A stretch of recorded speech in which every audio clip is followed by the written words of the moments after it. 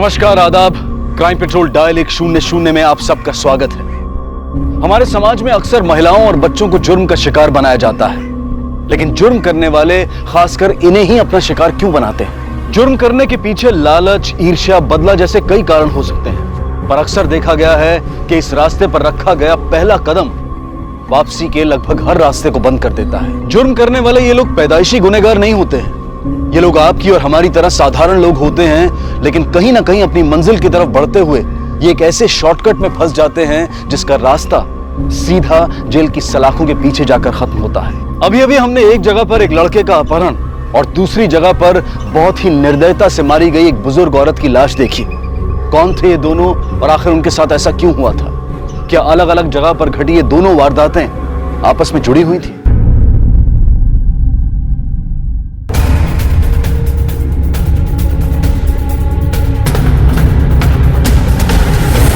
Sir, victim की उंगलियों पे अंगूठी के निशान है, लेकिन अंगूठी नहीं। कहीं ऐसा तो नहीं कि हत्या लूटपाट के इरादे से की गई? अगर लूटना ही था तो मारा क्यों? पता करना पड़ेगा कौन है। ओके सर, तब तक मैं लाश को पोस्टमार्टम के लिए भेजता हूँ।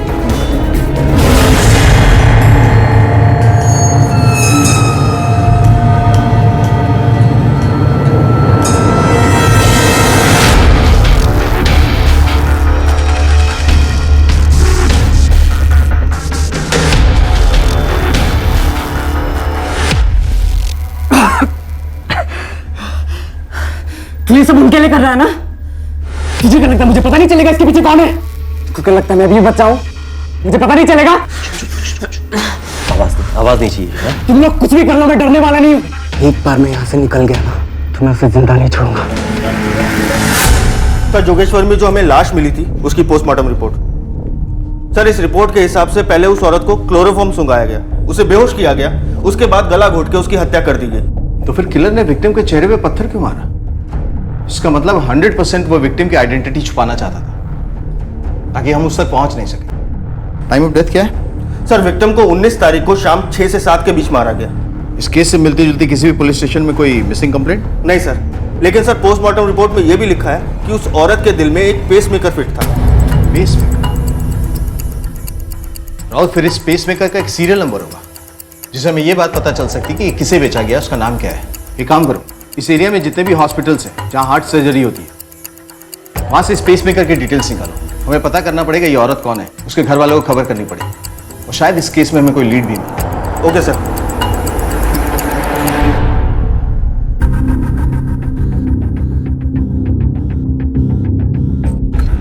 भैया फोन लगा? स्विच ऑफ है। सेजल, मने लागे छे हमें पुलिस के पास जाना चाहिए। શું વાત करो છો? हम पुलिस के पास किसी भी हालत में नहीं जा सकते।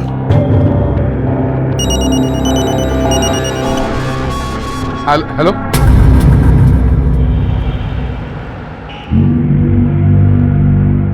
किलर ने इनके चेहरे को बुरी तरह से बिगाड़ दिया है, फिर भी देखकर पहचानने की कोशिश कीजिए। नहीं साहब, वो चेहरे से पहचानना मुश्किल है सर। इनके पास से हमें कुछ चीजें मिली थी, उसे देखकर पहचानने की कोशिश कीजिए। ये साड़ी हमें इनकी बॉडी से मिली थी, पहचानिए इसे। भैया ये बाकी साड़ी है।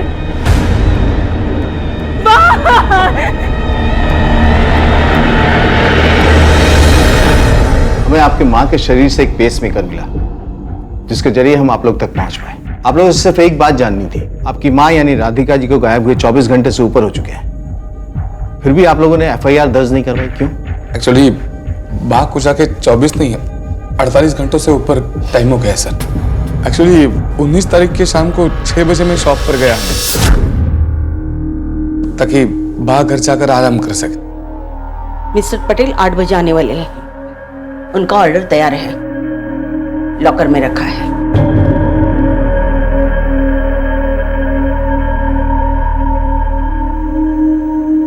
और हाँ, जाने से पहले अकाउंट बुक चेक कर लेना।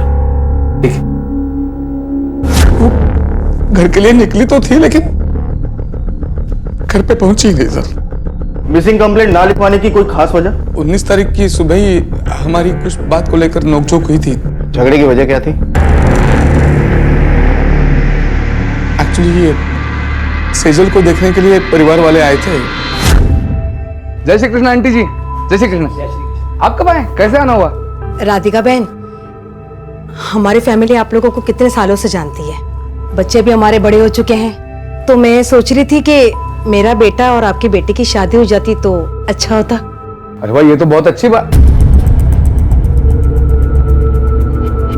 तुम्हारा माथो तो नहीं फरी गई ना कुंतीबेन, मेरी बेटी की शादी और आपके बेटे के साथ।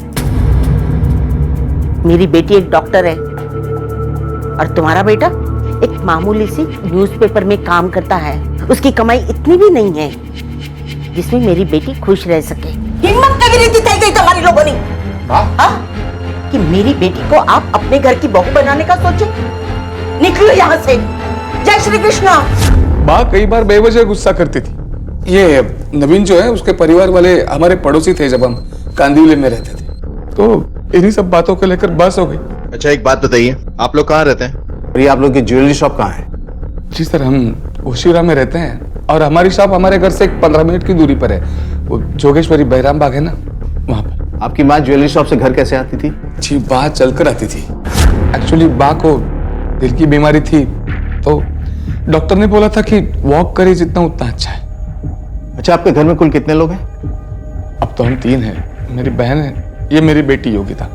और आपकी पत्नी? हमारा तलाक हो गया है 11 साल पहले।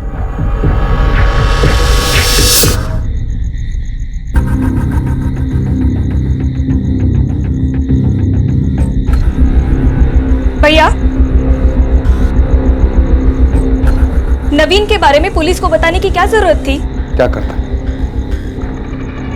सब सच बता देता कि झगड़ा क्यों हुआ था।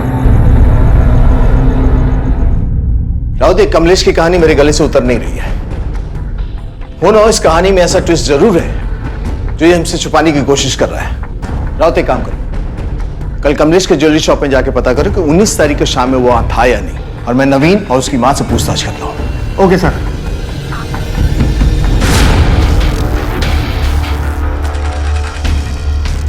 कुछ खा लो। कुछ दे नहीं है ना तो सुट्टा ला के दे, मुझे सुट्टे की तलब लगी है। वाह, ये उम्र है सिगरेट पीने की। किडनैप करके लेके आया तू मुझे, महात्मा बंधन समझा? सिगरेट लेके आया मेरे लिए। मैं तुझे सिगरेट देने वाला नहीं। और देखो, हम यहाँ कुछ दिनों के लिए हैं, तमीज से रहो। धर्मशाला है क्या? बोला है ना मुझे सुट्टा चाहिए, सुट्टा ला के दे मुझे। अगर नहीं ला रहा तो अपना खाना लेके जा तू। हाँ सर, 19 की सुबह को हम राधिका आंटी के घर गए थे और उनसे हमारी नोकझोंक भी हुई थी। और उस नोकझोंक के बाद हमारा खून खौला जरूर था, लेकिन इतना भी नहीं कि हम किसी का खून कर दें। हमने कुछ नहीं किया सर। किसने क्या किया और नहीं है तुम पता लगा ही लेंगे। तुम ये बताओ, 19 तारीख की शाम में कहाँ थे तुम? सर मैं घर पर ही था, मुझे अपने कुछ आर्टिकल्स रेडी करने थे। साहब, राधिका कभी किसी से अच्छे से बात नहीं करती थी और इसी वजह से दुश्मन बढ़ते ही जा रहे थे उसके। इशारा किस तरफ है आपका? अब क्या बताएं साहब, उसके बच्चे भी खुश नहीं थे उससे, पैसा ही सब कुछ था उसके लिए।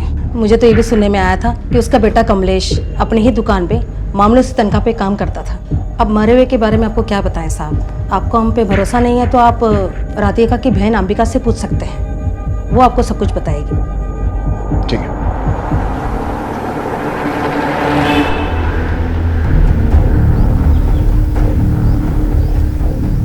सुनो, ये सीसीटीवी कैमरे की फुटेज चाहिए हमें 19 तारीख की। ठीक है सर। देखिए, हमें पता चला है कि आपकी बहन राधिका की अपने परिवार में किसी से भी नहीं बनती थी। क्या ये बात सच है? सर वो गुस्सैल थी, कड़क थी। कुछ लोग बोलते थे कि वो कंजूस भी है, पर पैसे की कदर थी उसको सर। उसके पति के गुजर जाने के बाद उसने बहुत गरीबी के दिन देखे। इस पुरुष प्रधान समाज में एक अकेली औरत का रहना आसान नहीं है सर।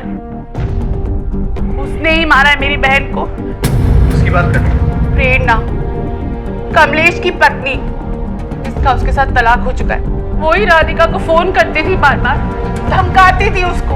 वो राधिका से अपने बच्चे वापस लेना चाहती थी। बच्चे? और जहां तक हमारी जानकारी है, कमलेश को तो सिर्फ एक बेटी है, योगिता। कमलेश का एक बेटा भी है, पार्थ।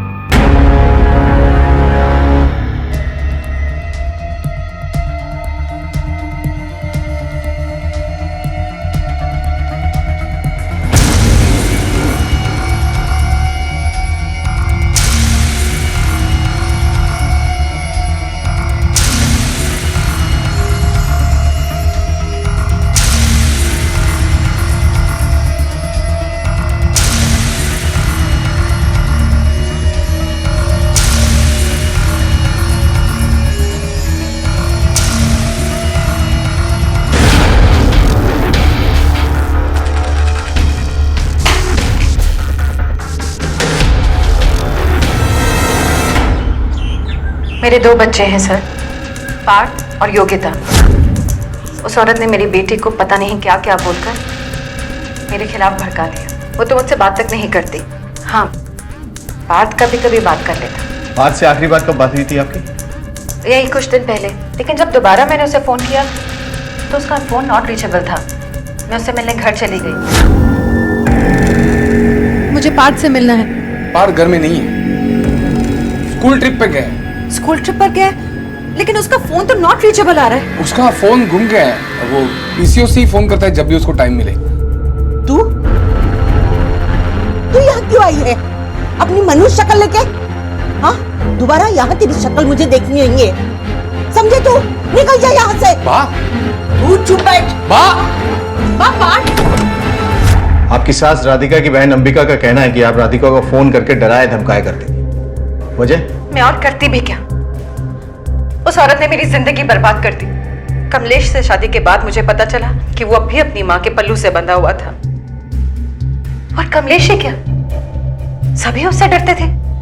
किसी की हिम्मत नहीं थी उसकी तरफ आंख उठा के उससे बात करने की। उस औरत ने जानबूझकर हमारा डिवोर्स करवाया, यहाँ तक कि मेरे बच्चों को भी मुझसे दूर कर दिया। मेरे बच्चों से मुझे फोन पे भी बात नहीं करने देती थी। इस दुनिया में हर किसी की बद्दुआ बेअसर हो सकती है, लेकिन एक माँ की बद्दुआ से कोई नहीं बचता। मैंने उसे दिल से बद्दुआ दी थी। मुझे उसकी मौत का कोई दुख नहीं। अब आप ही सोचिए सर कि कमलेश ने आपसे क्यों छिपाया कि दीदी और उसका एक बेटा और भी था। सर मुझे तो लगता है कि कमलेश ने सब कुछ किया। प्रेरणा के कॉल रिकॉर्ड्स खंगाल, क्योंकि एक बात तो साफ जाहिर है कि वो राधिका से बहुत नफरत करती है और ये उस परिवार में रही है, इसे उस परिवार के इन एंड आउट सबके बारे में उसको जानकारी होगी। सर मैं भी वही सोच रहा हूँ कि अगर राधिका की हत्या शाम 6 से 7 बजे के बीच हुई थी और वो दुकान से रोज शाम को 6 बजे निकलती थी, तो उनको दुकान से घर तक पैदल चल के जाने में तकरीबन 20 से 30 मिनट लगते होंगे। और जहां हमें उसकी लाश मिली है वो जगह उसके घर से 4 किलोमीटर की दूरी पर है। इसका मतलब जिसने भी मारा है वो राधिका की दिनचर्या, रूट और रूटीन के बारे में अच्छी तरह से जानकारी रखता है। उसने अचानक रास्ते में इस पर हमला किया और फिर लाश को ठिकाने लगाकर चला गया। सर अगर हमें ये पता चल जाए कि राधिका की लाश जहां हमें मिली वहां 19 तारीख को शाम 6 से 7 बजे के बीच कौन कौन गया, तो शायद अपराधी पकड़ा जाए। जिसने भी ये काम किया ना, एक बात तो साफ जाहिर है, बहुत शातिर है। लेकिन सर कमलेश ने अपने बेटे की बात हमसे क्यों छुपाई? मुजरिम चाहे कोई भी हो सर, इस कमलेश का माजरा समझ नहीं आ रहा। तुम्हारा बेटा पार्थ हमारे कब्जे में है। अगर तुम्हें अपना बेटा वापस चाहिए तो 10 लाख का बंदोबस्त करके रखना, और पुलिस से कोई भी मदद ली तो तुम्हारे बेटे के 10 टुकड़े मिलेंगे। आई एम सॉरी सर, मैं मजबूर था, मेरे पास और कोई रास्ता नहीं था, इसलिए मैंने आपसे झूठ बोला। काश मैं उसे बोर्डिंग स्कूल में भर्ती कर देता, आज कम से कम वो तो सेफ होता। मतलब पार्थ को क्या किसी खास इंसान से खतरा है?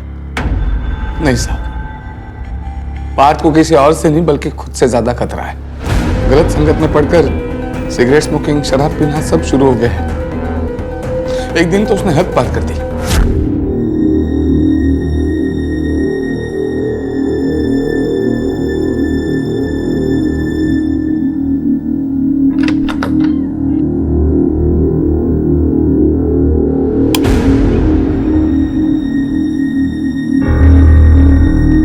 कहाँ से आ रहे हो इतनी रात को?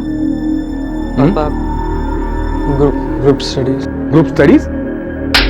ग्रुप स्टडीज कर रहे थे, ग्रुप में मिलकर शराब पी रहे थे तुम? हाँ, कुछ तो शर्म किया करो, यहां तक बुआ रही शराब की। उम्र क्या है तुम्हारी? क्या हो रहा है?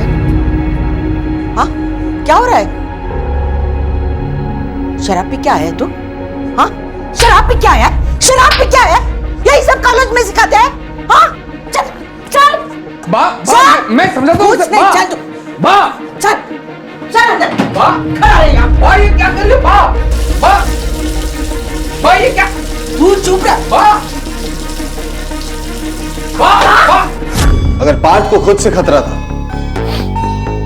तो उसे अब किसने किडनैप किया? और जब ये रैंसम की बात आपने मां राधिका को बताई होगी तो उन्होंने तो पैसे दे दिए होंगे, क्योंकि 10 लाख रुपए की रकम उनके लिए कोई बड़ी बात नहीं है। बड़ी छोटी बात तो तब होती है साहब जब कोई किसी को अपना माने। बा मुझे आपसे थोड़ी बात करनी है अभी। मेरा योगा का टाइम है, बाद में बात करते हैं। भाई यहाँ पे इतनी टेंशन चल रही है, आप योगा कर रही हो, मेरी बात तो सुनो। मैंने आज छोकरा पर बिल्कुल विश्वास नहीं किया। क्या पता खुद की किडनैपिंग खुद ही प्लानिंग की होगी।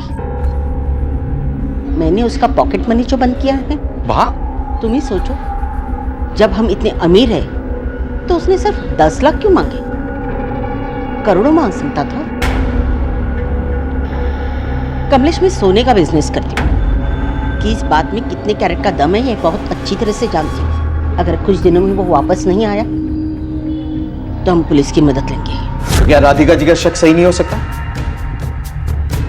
नहीं सर, पार्थ गलत संगत में जरूर है, लेकिन वो इतना नहीं कर सकता। और ये लेटर कैसे पहुंचा आप तक? वो एक कुरियर आया था दुकान में। सर मैंने प्रेरणा के कॉल लोकेशन को चेक किया। जिस वक्त राधिका का कत्ल हुआ था उस वक्त तो अपने घर पर ही थी, और सर उसका कॉल रिकॉर्ड भी पूरी तरह क्लीन है। राउत, कई बार जो होता है ना वो दिखता नहीं है, और जो दिखता है वो होता नहीं है। कहीं ऐसा तो नहीं कि प्रेरणा ने किसी किलर को हायर किया हो?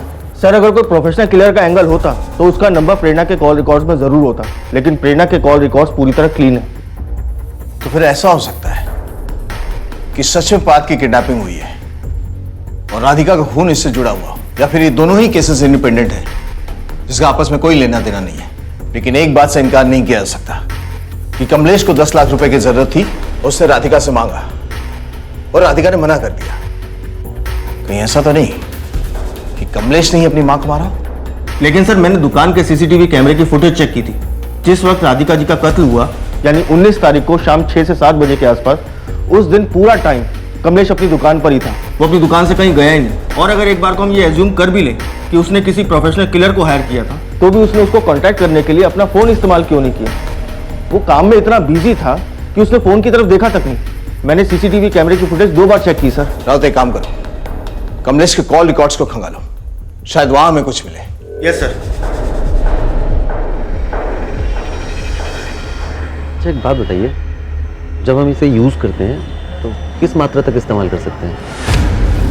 अरे ऐसी कोई बात नहीं है, मेरे घर में एक बच्चा है, एक कुत्ता है, कुत्ता बड़ा शैतान, तो मैं एक कुत्ते के लिए पूछ रहा था। सर जब आप इसको यूज़ करेंगे तो ध्यान रखना आपका बच्चा वहाँ पर ना हो, क्योंकि ये बहुत पावरफुल चीज़ है। अगर उसने इसको ज़्यादा मात्रा में सुन लिया तो उसके लिए खतरनाक हो सकता है। थैंक यू, आपके पैसे।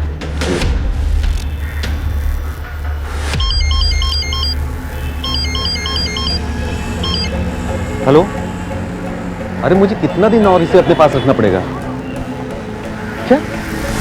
एक ही घर में एक तरफ किडनैपिंग का केस था और दूसरी तरफ हत्या का। आखिर इस केस में क्या हो रहा था? कौन था ये शख्स जिसने पार्थ को इस तरह से अगवा किया हुआ था, और उसने ऐसा क्यों किया था? क्या पार्थ की किडनैपिंग के पीछे किसी तीसरे शख्स का भी हाथ था? आखिर पार्थ का मुंह बंद रखने के लिए इस किडनैपर के दिमाग में क्या चल रहा था? क्या वो पार्थ को नुकसान पहुंचाने के बारे में सोच रहा था? अले 5,000। 5,000? भाई इतने तो नहीं है मेरे पास। 5 घंटे तो मान ले, चल माल वापस कर। भाई ये आप रख लो, बाकी अगली बार दे देंगे। ये क्या है? भाई इतना ही है मेरे पास अभी। 1000 रुपए माल मिलता है क्या? चल भाई अगली बार दे दूंगा, भाई अगली बार दे दूंगा। आई शपथ, अगली बार दे दूंगा। चल ठीक है, लेकिन अगली बार ध्यान रखना, समझा? हाँ भाई, चल निकल। ठीक है सर।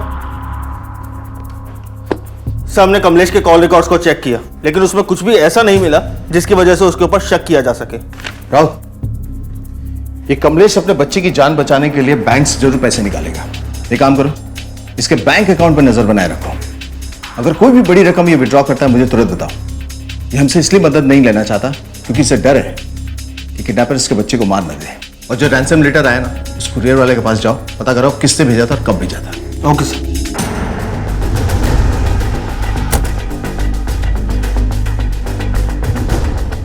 सुनिए, ये पार्सल किसने भेजा बता सकते हैं?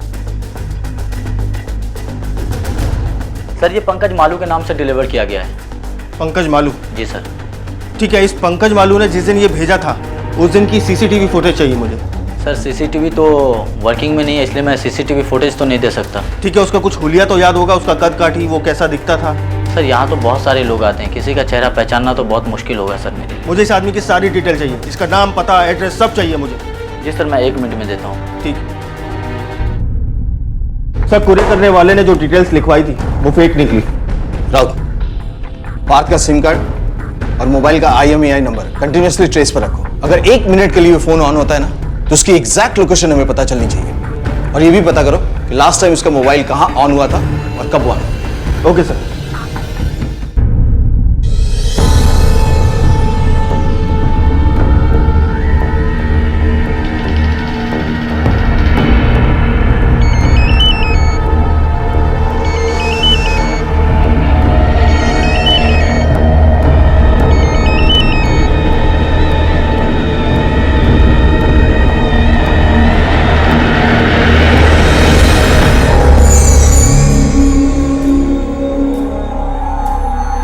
हेलो, हमें कुछ और दिन रुकना पड़ेगा। मम्मी को गुजरे भी 1 हफ्ता भी नहीं हुआ है और वैसे भी यहाँ पे बहुत लोग आते जाते रहते हैं। I don't know what to do. हाँ, वो 30 mg का डोज दे देना, वो ठीक हो जाएगा। मैं तुम्हें बाद में फ़ोन करती हूँ। बाय।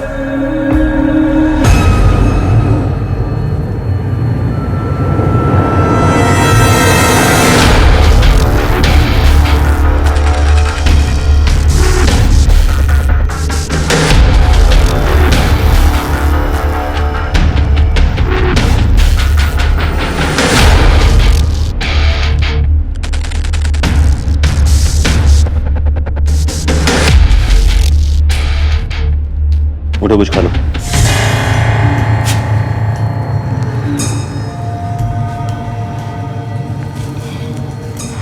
ये नशा जो तू मुझे दे रहा है, इसकी लत कभी नहीं छूटती। बोल, कितने पैसे मिल रहे तुझे इस काम के, मुझे यहाँ बंद करने के, ये सुई लगाने के? बोल, मैंने तेरी शक्ल देख ली है। अगर तू चाहता है मैं पुलिस को जाके कुछ ना बताऊं तो मुझे सच सच बता, कितने पैसे मिल रहे हैं तुझे? एक बात याद रख, जिस दिन मैं यहाँ से निकल गया ना, मैं पुलिस को जाके सब कुछ सच बता दूंगा, तेरे बारे में और दादी के बारे में। सब पार्थ का लास्ट लोकेशन उसी का घर है। 17 तारीख से उसका फोन भी स्विच ऑफ है, लेकिन उसका कॉल रिकॉर्ड बिल्कुल साफ है।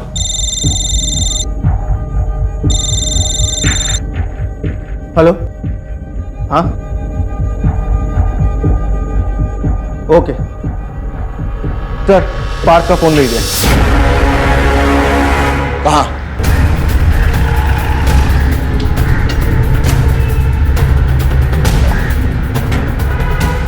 सर, हमें यहाँ कुछ लोगों ने बताया इस शख्स के पीछे एक आदमी को दौड़ते हुए देखा था। सर ये देखिए, तलाशी लेने के बाद 2 चीजें मिली हैं सर, ये फोन और ये ड्रग्स। पार्थ का फोन इसके पास कैसे आया? इस एरिया के जितने भी ड्रग डीलर्स हैं सबको राउंड अप करो। Okay sir. वो आदमी किसी भी हाल में पकड़ा जाना चाहिए। Right sir. बॉडी को पोस्टमार्टम के लिए भेज दो। पार्थ के अपहरणकर्ता ने पार्थ को एक बंद कमरे में कैद करके रखा था, जहां उसने पार्थ के हाथ पैर बहुत मजबूती से बांधे थे। तो आखिर उस अपहरणकर्ता की हत्या कैसे हुई? क्या पार्थ का इस हत्या से कोई लेना देना था? आखिर इस पूरी वारदात की असलियत क्या थी? क्या पार्थ इस जंगल से भाग निकला था? आखिर पार्थ कहां था और किस हाल में था? अब पुलिस उस शख्स की तलाश में जुट गई जिसे लोगों ने मौका वारदात से भागते हुए देखा था। जो कुछ भी पुलिस को चश्मदीद गवाहों से पता चला था, उसकी बिना पर पुलिस ने उस इलाके के सभी पुराने अपराधियों से पूछताछ शुरू की।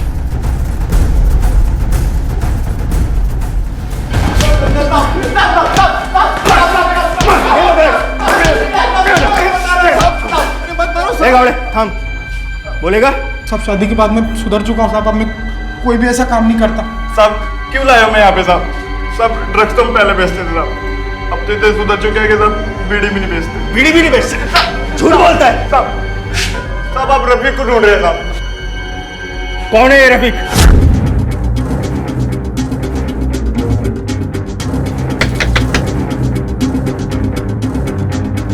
रफीक किधर है?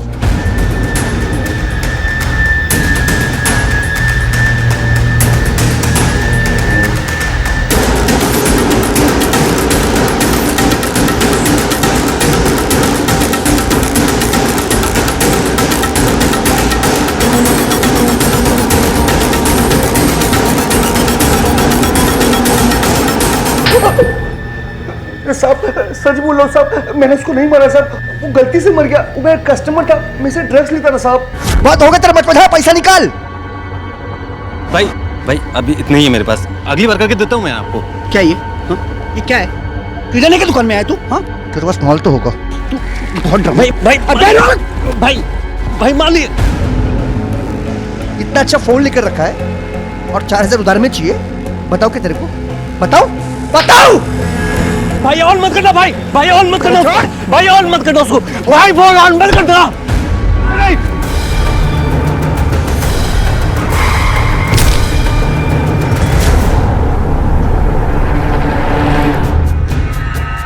इसे पहचानते हो? सर ये तो हिरेन है, हमारी दुकान में बहुत साल पहले काम करता था। लेकिन सर पार्थ का फोन इसके पास कहां से आया? वो तो हम पता लगा लेंगे। इसका कोई कांटेक्ट नंबर है? कांटेक्ट नंबर तो नहीं है सर।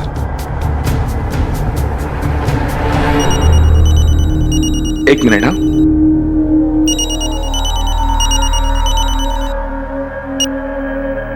हेलो,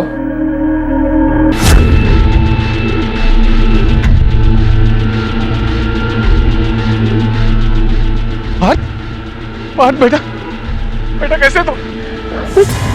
क्यों? झटका नहीं लगा? इतनी जल्दी देखने की उम्मीद तो नहीं की होगी ना? ये कैसे बात कर रहे हो तुम पार्थ? तुम ठीक तो हो बेटा? तुम देखो, अपना ने नाटक बंद करो। मुझे पता है आपने मुझे किडनैप करवाया था। बोलना, कितने पैसे दे रही दादी तुझे इस काम के? मर चुकी है तेरी दादी। किसके खिलाफ कंप्लेंट करेगा तू? अपने बाप के? क्यों शांत क्यों हो गया? बाप के खिलाफ कंप्लेंट नहीं करेगा? ये सारा गेम तेरे बाप का है। मैं तू सिर्फ प्यादे प्यादे। सॉरी बेटा, मुझे माफ कर।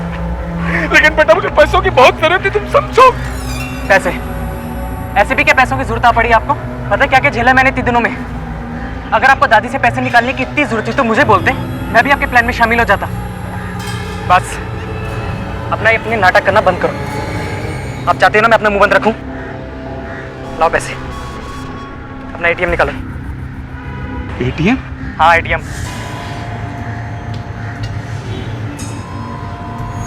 देखो, आज के बाद मुझे ढूंढने की कोशिश भी मत करना। कमलेश का अपने ही बेटे को अगवा करवाने के पीछे का राज तो अब तक नहीं खुला था, पर क्या कमलेश ने ही अपनी मां को जान से मार दिया था? किडनैपिंग और हत्या के इन दोनों मामलों के तार क्या किसी भी तरह से आपस में जुड़े हुए थे? पुलिस के लिए इतनी जल्दी किसी भी निष्कर्ष तक पहुंचना आसान नहीं था। दूसरी तरफ नशे की आदतों से घिर चुका पार्थ अपने पिता के एटीएम से काफी बड़ी मात्रा में पैसे निकाल रहा था। पुलिस के लिए अब इस केस में बहुत जल्द किसी बड़े सुराग को तलाशना बहुत जरूरी हो गया था। सर अभी एक चौंकाने वाली खबर आई है। बैंड्रा के एक एटीएम के थ्रू कमलेश के करंट अकाउंट से 50,000 रुपए निकले। 50,000? राउत, अगर फिरौती के लिए रकम देखी जाए तो छोटी है, लेकिन वैसे देखी जाए तो 50,000 एक बड़ी रकम होती है। तुम कमलेश के अकाउंट पे नजर बनाए रखो और कोई भी अगर बड़ी रकम विड्रॉ होती है तो मुझे तुरंत बताओ। एक काम और करो, उसके पीछे एक कांस्टेबल लगा दो जो 24 घंटे उस पर नजर रखे। मुझे पल पल की खबर चाहिए। Okay sir.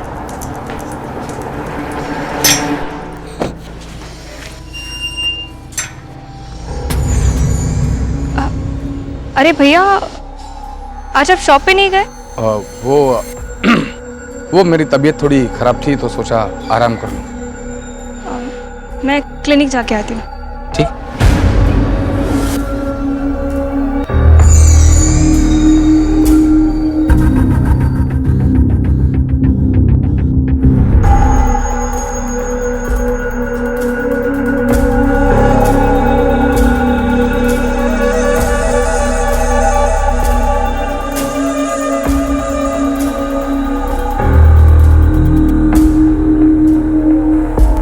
हेलो सर अभी पता चला है कमलेश ने बैंड्रा के एक होटल में रूम बुक किया है। क्या? कमलेश ने? हाँ सर, कमलेश ने। सर या तो वो होटल बहुत ही महंगा है या फिर उसने काफी लंबे टाइम के लिए वो होटल बुक किया है, क्योंकि उसने अपने कार्ड से 40,000 की पेमेंट की है और अपने ही कार्ड से उसने काफी महंगी शॉपिंग भी की है सर। ये हो ही नहीं सकता राउत। क्यों सर? कमलेश अपने घर पे, कांस्टेबल ने अभी बताया मुझे। कौन सा होटल है? Sir hotel park. चलो।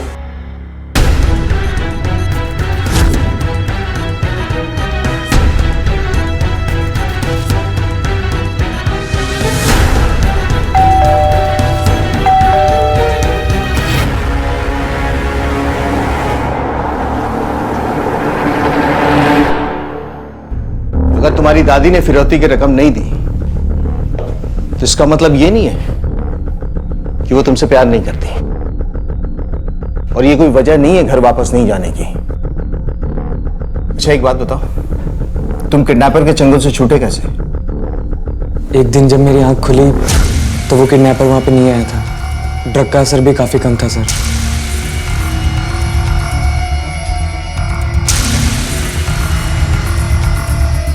और तुम्हारे पापा का कार्ड तुम्हारे पास कैसे आया? सर कार्ड पापा ने ही मुझे दिया था।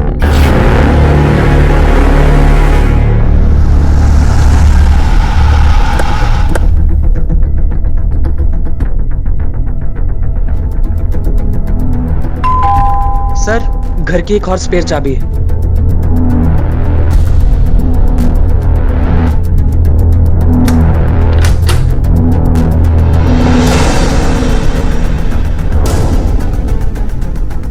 कमलेश! कमलेश! पापा! कमलेश! पापा!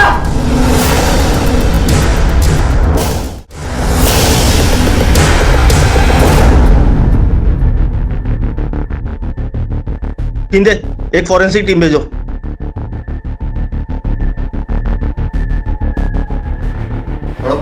मैं जिंदगी में हमेशा असफल रहा हूं।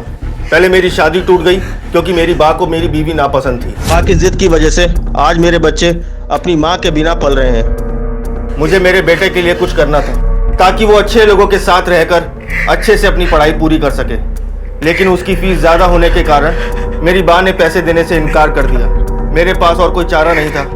माँ की वजह से मेरी जिंदगी तबाह हो गई थी। ना मेरी बीवी थी ना मेरे बच्चे।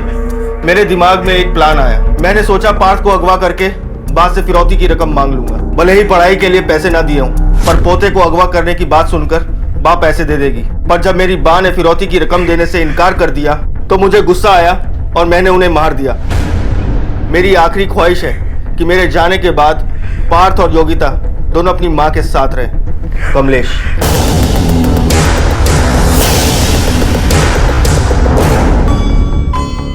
पता नहीं पापा ने ऐसा क्यों किया। वो दादी को नहीं मार सकते सर। हमारी बात हुई थी, उन्होंने जो भी किया वो हमारे लिए किया, मेरे लिए किया। वो किसी का खून नहीं कर सकते सर। राउत बाहर निकलो। Okay sir. आओ। अभी हाँ बेटी, आपसे बात करनी है। जिस दिन राधिका जी की मौत हुई उस दिन तुम कहाँ थी? मैं तो अपने क्लिनिक में थी सर, लेकिन आप ये सवाल मुझसे क्यों पूछ रहे हैं? जब भैया खुद अपने सारे गुनाह कबूल कर चुके हैं तो फिर इन सवालों का क्या मतलब है? लोग दुनिया छोड़ के चले जाते हैं लेकिन अपने पीछे सच्चाई छोड़ जाते हैं, और उसी सच्चाई को सामने लाना हमारा काम है। कमलेश ने राधिका जी को नहीं मारा, क्योंकि जिस वक्त राधिका जी की मौत हुई उस वक्त वो दुकान में था और उसने किसी भी ऐसे व्यक्ति से बात नहीं की जिस पर शक जाए हमारा। कहाँ थी तुम? सर मैं सच कह रही हूँ, मैं क्लिनिक में थी। चलो मान लेता हूं कि तुम क्लिनिक में थी, लेकिन तुम्हारा बॉयफ्रेंड नवीन वो कहां था? हमें सब पता है तुम्हारे और नवीन के बीच में क्या चल रहा था। तुम्हारे कॉल रिकॉर्ड्स हैं हमारे पास। हाँ सर, मैं और नवीन एक दूसरे को चाहते हैं, लेकिन अगर ये बात बा को पता चल जाती तो फिर वो मैं मार ही देती। लेकिन नवीन हार मानने वालों में से नहीं था। वो बा का दिल जीतकर उनसे मेरा हाथ मांगने वाला था। और जब उन्होंने बात नहीं मानी और नवीन की बेइज्जती कर दी तो तुम दोनों ने प्लानिंग करी उन्हें मारने की। आप ऐसा सोच भी कैसे सकते हो सर? कुछ भी हो जाए, लेकिन वो मेरी बात थी। हमने उन्हें नहीं मारा है सच में सर, बल्कि मैं तो नवीन को भैया से मिलाने के लिए लेके आई थी। हमने सोचा कि अगर भैया मान जाएंगे तो फिर हमारी शादी जल्द से जल्द हो जाएगी। आप लोगों की शादी जल्दी हो या ना हो, लेकिन अपराधी बहुत जल्दी पकड़ा जाएगा। और एक बात ध्यान रखना, तुम अगर इस पूरी कहानी में तुम्हारा नाम किसी भी पन्ने पर लाल स्याही से मिला, तुम्हारी पूरी जिंदगी गाली हो जाएगी। जाओ। राउत, 19 तारीख की सेजल और नवीन की कॉल रिकॉर्ड्स मोबाइल लोकेशन से निकालो। Okay sir. सर ये रहे सेजल और नवीन के 19 तारीख के कॉल रिकॉर्ड्स। सर दोनों के कॉल रिकॉर्ड्स पूरी तरह क्लीन है। तो फिर राधिका को मारा किसने? और फिर कमलेश ने अपने सुसाइड नोट में ये क्यों लिखा कि उसने अपनी मां को मारा, जबकि 19 तारीख की शाम में वो अपने दुकान पे था, वहां से हिला तक नहीं था। आखिर वो किसको बचाना चाहता है? सर, कमलेश अपने बच्चों से बहुत प्यार करता था। कहीं ऐसा तो नहीं कि योगिता ने अपनी दादी को मारा और अपनी बेटी को बचाने के लिए उसने सारा इल्जाम अपने सर पे ले लिया? लेकिन अचानक सुसाइड, अब तक तो वो ठीक था, तो फिर आज ऐसा क्या हुआ कि उसने अपनी जान दे दी? राउत, मुझे कमलेश के आज के मोबाइल लोकेशंस और कॉल डिटेल्स चाहिए। Okay sir. कमलेश का यूं अचानक आत्महत्या करना काफी चौंका देने वाला मामला था। आखिर ऐसी कौन सी वजह थी जिसने कमलेश को इतना बड़ा फैसला लेने के लिए मजबूर कर दिया? क्या इस सब के लिए कमलेश ही दोषी था? क्या वाकई में उसने ही अपनी मां की हत्या की थी? पुलिस अब भी राधिका के हत्यारे को ढूंढने में लगी हुई थी। राधिका की हत्या तब हुई थी जब वो अपनी दुकान से अपने घर पैदल चलकर जा रही थी, लेकिन पुलिस को उस रास्ते पर ऐसा कोई शख्स नहीं मिला जिसने कुछ ऐसा देखा या सुना हो जिससे पुलिस को हत्यारे तक पहुंचने में मदद मिल सके। सर, घर आने से पहले कमलेश की लास्ट लोकेशन गोरेगांव थी। मेरा शक सही निकला राउत।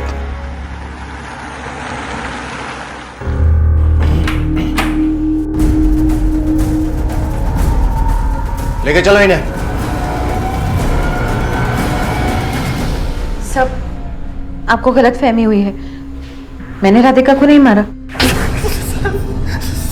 मैं बेकसूर हूं सर, मैंने कुछ नहीं किया। तो सुबह 3 बजे तू वहां क्या कर रहा था जहां पे राधिका जी की लाश मिली?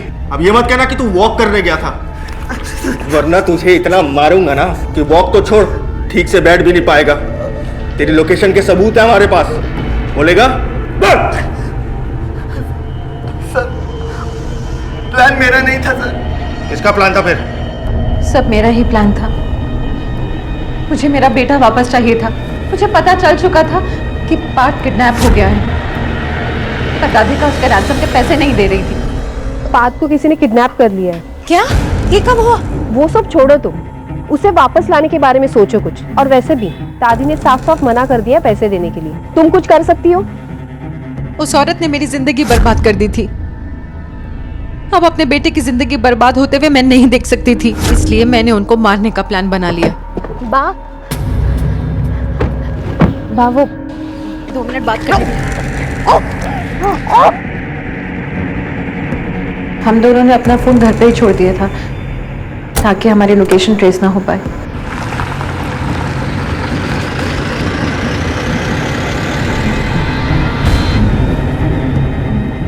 रोशनी बहुत है, मैंने बॉडी अभी डंप नहीं कर सकते। इसलिए सर उसकी लाश को हमने पहले गाड़ी में ही रखा और अंधेरा होने के बाद ठिकाने लगा है।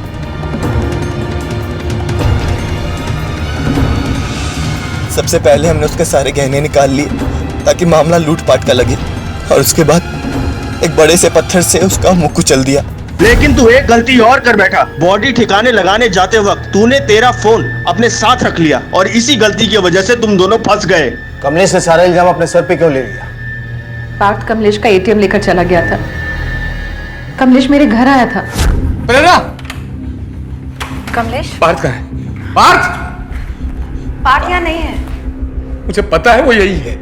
पार्थ! कमलेश, पार्थ यहाँ नहीं है। उसने मेरी बात ही नहीं सुनी। वो भागते हुए बेडरूम की ओर गया। बेडरूम में कोई नहीं था, लेकिन तभी उसकी नजर उस रिंग पर पड़ी जो राधिका की थी। बोलो, बात क्या है?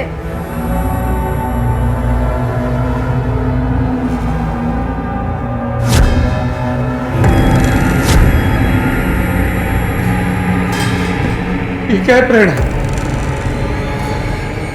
ये क्या है? बाकी तुमने क्यों किया तुमने ऐसा? क्यों? सिर्फ अपने बच्चे को बचाने के लिए कमलेश। लेकिन अगर तुम कहोगे तो मैं पुलिस के सामने सब कबूल कर लूंगी। लेकिन मैंने ये सिर्फ अपने पार्थ के लिए किया। जब उसे ये सब पता चलेगा तो वो मुझसे बात नहीं करेगा। तुम ही बताओ कमलेश, अब मैं क्या करूं? ये सब सुनकर कमलेश टूट सा गया था। उसने अपनी माँ की वजह से मेरे साथ जो भी गलत किया उसका पछतावा था उसे। इसलिए घर जाकर उसने सुसाइड कर ली। कमलेश ने जो कुछ भी किया वो अपने बेटे पार्थ के लिए किया। वो चाहता था कि अपने बेटे को बुरी संगत से दूर करके उसे एक अच्छी जिंदगी दे सके। जब राधिका ने पैसे देने से इनकार कर दिया तब शायद कमलेश को कोई और रास्ता नहीं सूझा और वो जुर्म के काले रास्ते पर चलने के लिए मजबूर हो गया। लेकिन कमलेश ने जो कदम उठाया उसे किसी भी कीमत पर सही नहीं ठहराया जा सकता।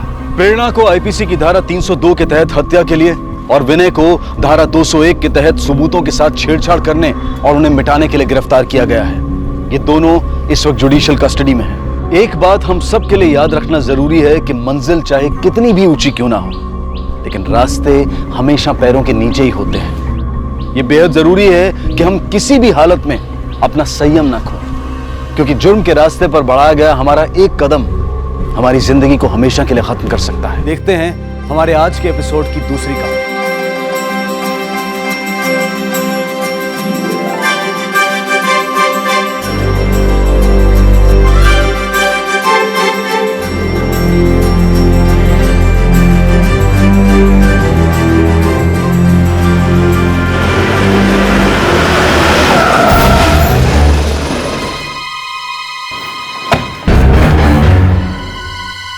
रुक जाओ।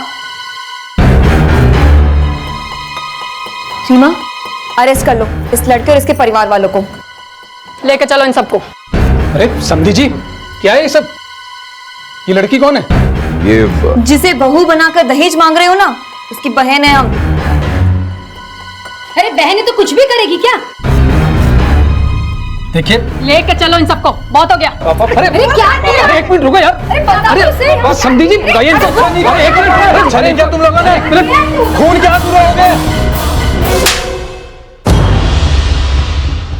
पुलिस के आगे धमकी नहीं देना। लेके जा इसको।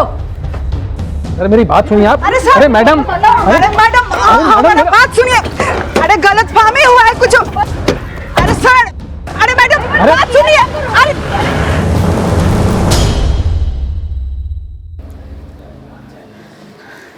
छोटी, तुम खुद को समझती क्या हो? दहेज का तुम्हारे पति के जेब से जा रहा था जो धमक पड़ी आके। छोटी, वो लालची लोग हैं, तुम हमें गलत। हम तुमको अपनी बहन नहीं मानते, फिर काहे अपना शकल दिखाने आ जाती हो बार बार? अरे इतना मुश्किल से मंगली बेटी के लिए मंगला लड़का मिला था, सब पर पानी फेर दिया मुझौसी ने। माँ, आप खबरदार जो हमको माँ बोली तो।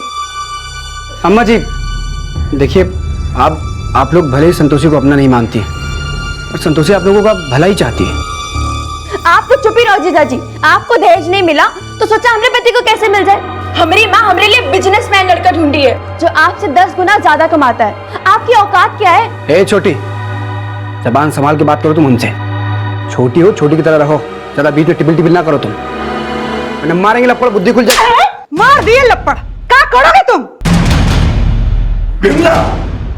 अरे क्या किए तुम? अरे दामाद जी पर हाथ उठाए। माफी मांगो, हम कह रहे हैं माफी मांगो, ये अच्छा बात नहीं है। चलो बेटी। बिमला, बिमला हमारा हाथ। देखो संतोषी, कितना इज्जत हो रहा है दामाद का घर में। हम तुमको बोले थे कि लोग मर रहे तो मरने दो इनको, लेकिन तुमको हमारा बेइज्जती कराने का शौक चढ़ा था। पकड़ो ध्रुव को तुमको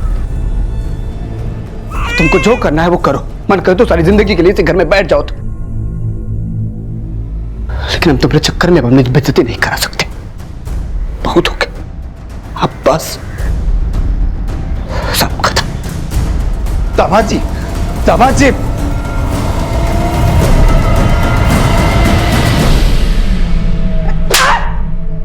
कारे, संतोषिया को फोन तुम ही घुमाया था ना? हाँ? अरे बोलता कहीं रहे मुझौसा, घिरटियां छोड़ देंगे। अरे बिमला, बस हुआ तमाशा। तमाशा तो आपकी वजह से हो रहा है। आप ही बोले थे इसको संतोषिया को फोन करने के लिए ना? हाँ बोले थे। तुम उसकी सौतेली हो पर हम तो उसके अपने सगे हैं ना। पूजा की सगाई संतोषी के बगैर कैसे होने देते हम? तो कौन सा सगाई होने दी? सगाई तो उसने तुड़वा दिया ना।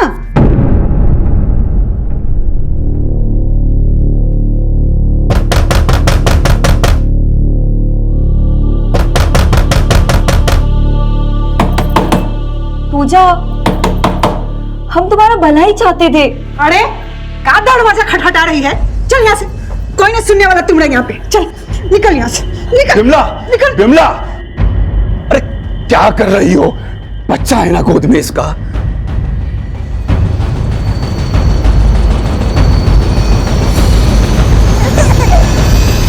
जब रिश्ते सगे और सौतेले के तराजू में तुलते हैं तो अक्सर खून के आगे जज्बात पानी हो जाते हैं। ये केस संतोषी के उन नाजुक जज्बात से जुड़ा था जहां उसके आदर्श भले ही चट्टान की तरह मजबूत थे, लेकिन उसका सच्चापन उसके अपनों की आंख का कांटा था। और अपने इसी सच्चेपन की संतोषी को एक ऐसी कीमत चुकानी पड़ी जहां उसके आंसू खून बनकर बहते रहे और उसके खून को भी पानी की तरह बहा दिया गया।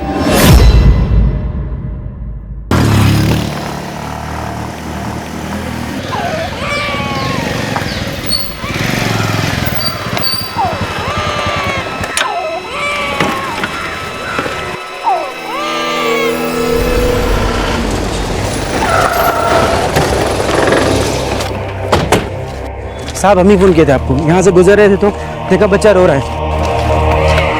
हट जाओ, हटिए साहब।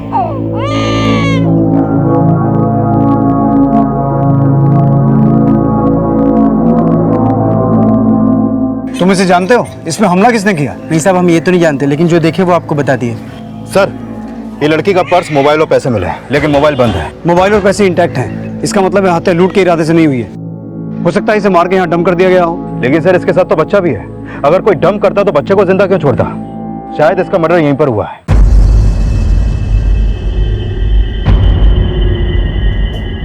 सर बच्चे के शरीर को पूरी तरह से चेक किया, शरीर पे कहीं भी चोट के निशान नहीं है, लेकिन कहीं कहीं खून के धब्बे हैं। लगता है बच्चे के शरीर पे खून के निशान इस औरत के ही हैं। विवेक, बॉडी को पोस्टमार्टम के लिए भिजवाओ और फोरेंसिक टीम से कहना कि इस बच्चे की बॉडी में जो खून है उसे चेक करें, वो इस महिला से मैच करता है या नहीं।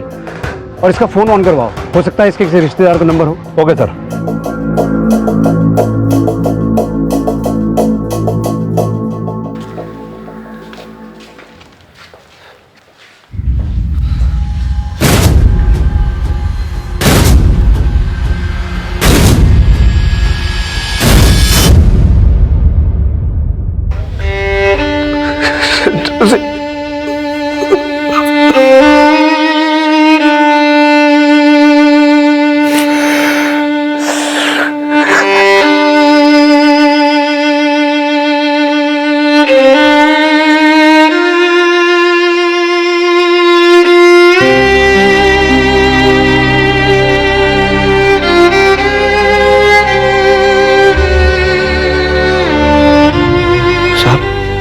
संतोषी पिछले एक हफ्ते से ही अपने मैके में थी और कल वो पटना वापस आने वाली थी। कल वापस आने वाली थी लेकिन आई नहीं, तो उसकी फिक्र नहीं हुई? नहीं साहब, ऐसा कोई बात नहीं है। हमारा लड़का है ना ध्रुव, इसका फेफड़े में बीमारी है, कल इसको बहुत ज्यादा तकलीफ हो रही थी, इसलिए हमको संतोषी फोन भी की थी। सूरज, ध्रुव की तबीयत बहुत ढीली है, अगर ये ठीक हुआ ना तो हम आज शाम में आ जाएंगे और हम कल सुबह आ जाएंगे। ठीक है संतोषी, जैसा तुम सही समझो। संतोषी जब रात में वापस नहीं आई तो हमको लगा लेट हो गया होगा, इसलिए रुक गई होगी। सवेरे उठते ही हम पिताजी को फोन करके पूछे कि तो इन्होंने बताया कि संतोषी कल रात में निकल गई थी। हमको भी साहब यही लगा था कि संतोषी सवेरे ही जाएगी, इसीलिए ध्रुव को हम अपने साथ सत्संग पर ले गए। हम कीर्तन में थे और तभी संतोषी का फोन आया तो हम उठा नहीं पाए, हम राधे को दे दिए फोन। हेलो दीदी, हम बोल रहे राधे, मालिक सत्संग में इसीलिए हम फोन उठाए। ध्रुव कहाँ है? हमने बोला ध्रुव मालिक के पास है, वो बोली ध्रुव को गणेशपुरा चौराहे पर लेकर आओ, और वहां से पटना जाने वाला बस पकड़ने के लिए बस अड्डा चली गई। लेकिन हमें तो संतोषी की लाश वीरपुर के जंगल से मिली और तुम कह रहे हो कि तुमने उसे गणेश नगर चौराहे पर छोड़ा। हमने तो बोला था साहब दीदी को कि हम बस अड्डा छोड़ देते हैं, लेकिन वो बोली खुद ही चली जाएगी। कुछ छुपा नहीं रहे हो ना? हम कुछ भी नहीं छुपा रहे हैं साहब। जब तुम संतोषी को गणेश नगर चौराहे पर छोड़े उस वक्त कितने बजे होंगे? 7 साढ़े 7 बजा होगा साहब। गणेश नगर चौराहे से बस अड्डे जाने वाले रास्ते पर पूछताछ करो। आपको किसी पे शक? गणेश नगर चौराहे से बस अड्डे जाने वाले रास्ते पर पूछताछ करो। आपको किसी पे शक? अरे संदीप जी, अच्छा नहीं किया तुम लोगों ने। खून क्या शुरू हो साहब, गौरव और उसके परिवार को संतोषी ने दहेज लेने के जुर्म में अंदर करवाया था। हमको लगता है उन्हीं लोगों ने कुछ ना कुछ करवाया होगा संतोषी के साथ। लेकिन अगर वो लोग अंदर थे तो संतोषी को मरवाएंगे कैसे? हमको मालूम पड़ा था कि वो लोग 2 दिन पहले अपना जमानत करा के बाहर आ गए थे। ठीक है, उनका नाम पता जो भी डिटेल आपके पास है लिखवा दीजिए। विवेक, जिस पुलिस स्टेशन में गौरव और उसके परिवार के खिलाफ दहेज का केस दर्ज हुआ था उसके इन्वेस्टिगेशन ऑफिसर से मिलते हैं एक बार। सर।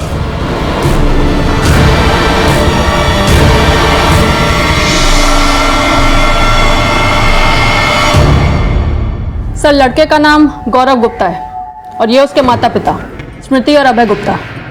संतोषी के मायके वालों से इन लोगों ने दहेज की मांग की थी। दिल्ली के रहने वाले हैं ये लोग। आपने इन्हें सगाई के दौरान अरेस्ट किया था। अगर ये लोग संतोषी की फैमिली से दहेज मांग रहे थे तो संतोषी के घर वाले उसकी छोटी बहन की सगाई कर क्यों रहे थे? सर, इस बारे में तो मैं कुछ नहीं बता सकती, लेकिन हाँ, संतोषी ने बताया था। उसके मायके वालों ने भले इस रिश्ते के लिए हाँ कर दी हो, पर संतोषी हमेशा गलत के खिलाफ खड़ी होती थी। मैं उसे पहले से जानती हूँ। पुलिस की ट्रेनिंग हमने साथ में ली थी। संतोषी ने पुलिस ट्रेनिंग ली थी? यस सर, 6 साल पहले इसी थाने में हमने ज्वाइन किया था ASI बनकर।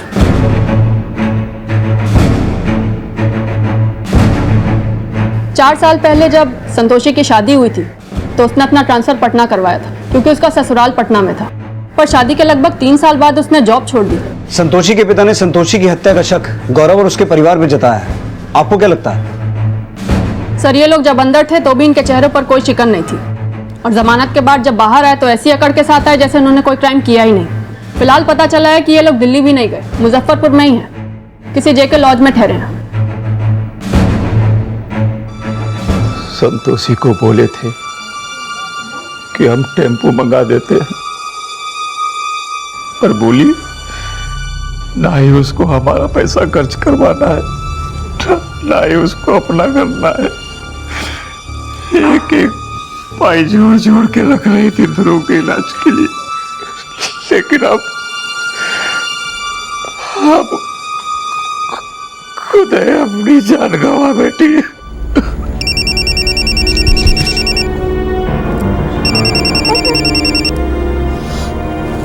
हेलो,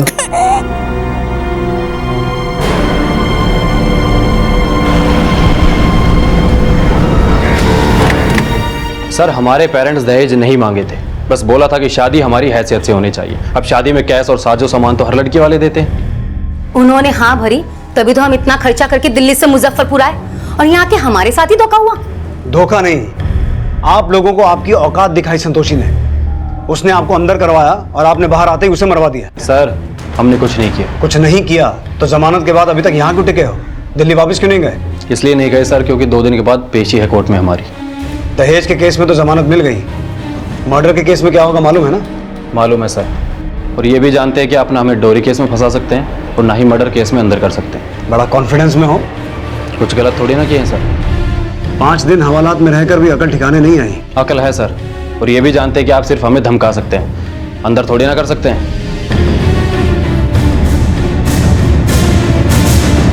ये लोग हैं बड़े शातिर, मर्डर पूरी प्लानिंग से किया होगा।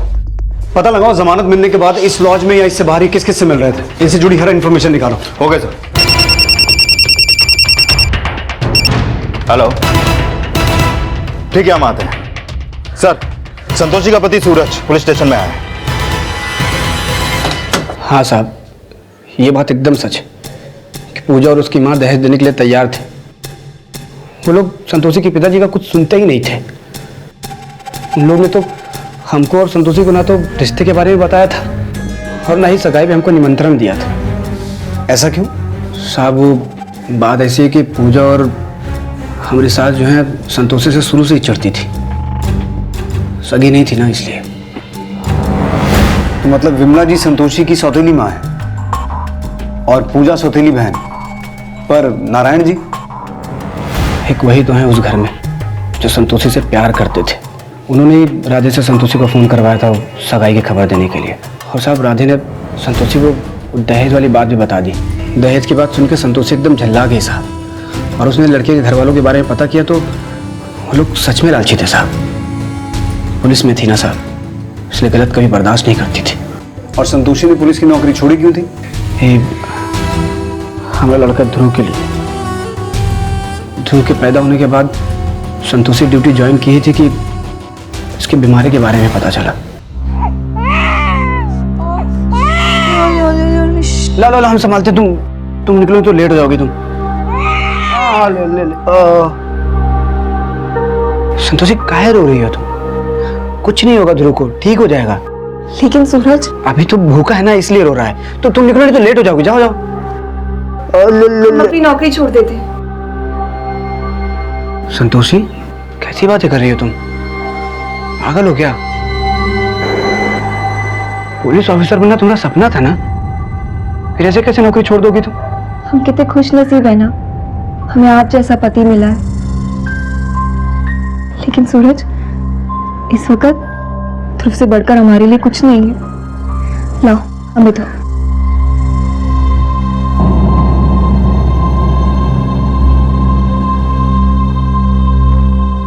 हमको लगा था हमारा औरत और बच्चा का पालन पोषण हमारा जिम्मेदारी है,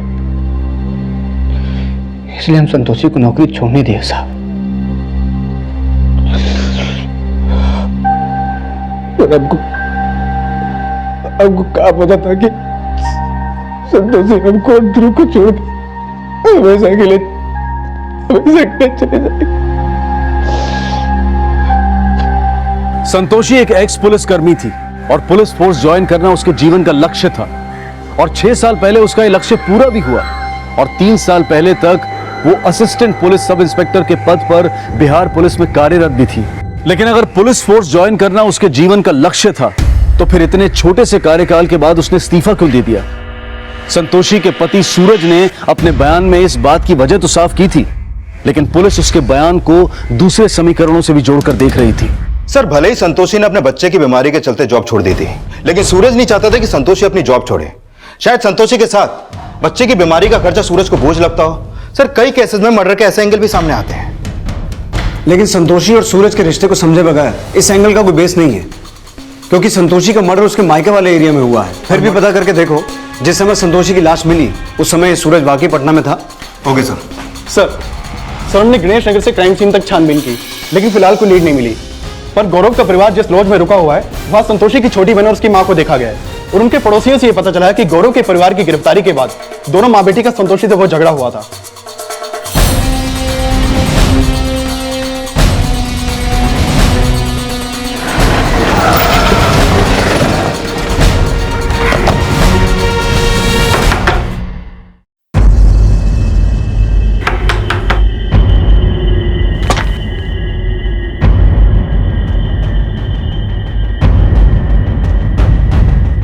बोल क्यों नहीं रहे?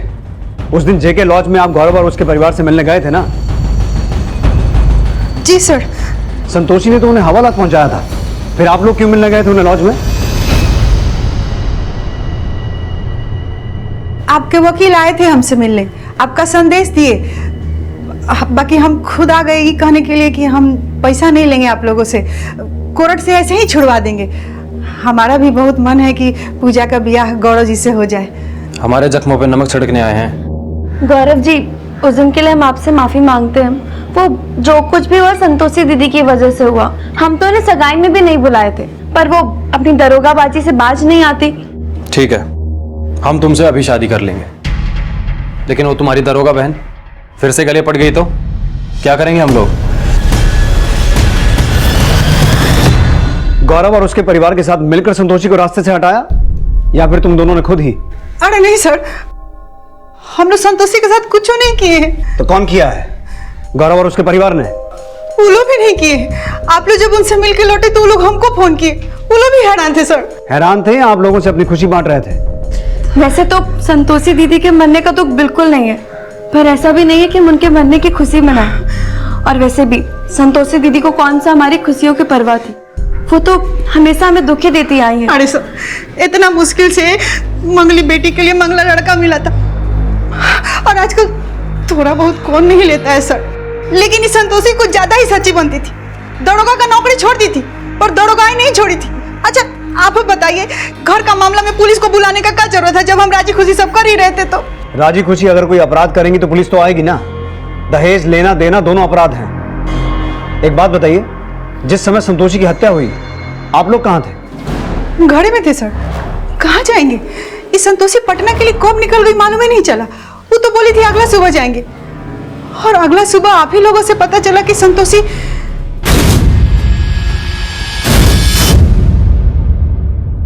हरे रामा रामा रामा कृष्णा कृष्णा हरे। कोई ना सुनने वाला तुम रहे यहाँ पे, निकल यहाँ से।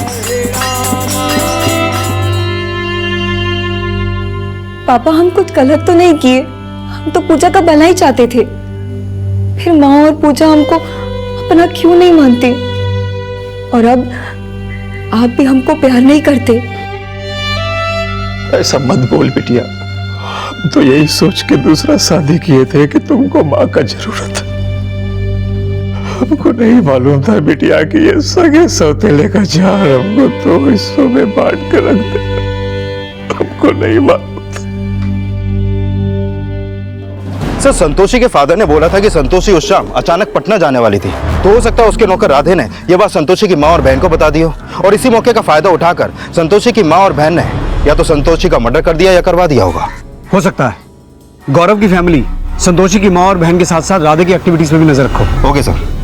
पर विवेक, हमें समझना यह भी होगा कि अगर संतोषी अगले दिन सुबह पटना जाने वाली थी तो उसने अचानक अपना प्लान चेंज करके उसी शाम को पटना जाने का फैसला क्यों किया?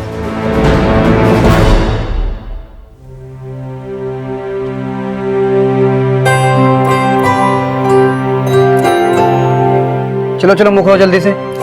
अरे हम खा लेंगे। देखो हम तुमको नहीं खिला रहे हैं, अपने होने वाली बिटिया को खिला रहे हैं। चलो मुख लो। बेटी? तुमको कैसे पता बेटी होगी? तुम हमको ऐसा वैसा समझती हो का? अरे हम बहुत बड़े अंतर्यामी हैं, पूरा मोहल्ला का भविष्यवाणी करके बैठे हैं। जिसको बिटिया बोलो तो बिटिया हुआ, बेटवा बोलो तो बेटवा हुआ। हम तो अपनी बिटिया का नाम भी सोच लिए। क्या? ध्वनि। कैसा है? बहुत अच्छा है, लेकिन अगर लड़का हुआ ना तो उसका नाम ध्रुव रखेंगे।